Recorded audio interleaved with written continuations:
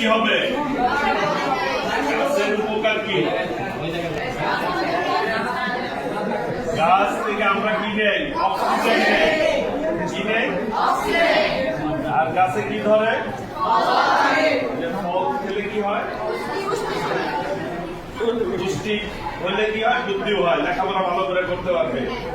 গাছ পরিবেশ রক্ষা করে, গাছ মানুষকে অক্সিজেন দেয়, আর গাছ ফল দেয়।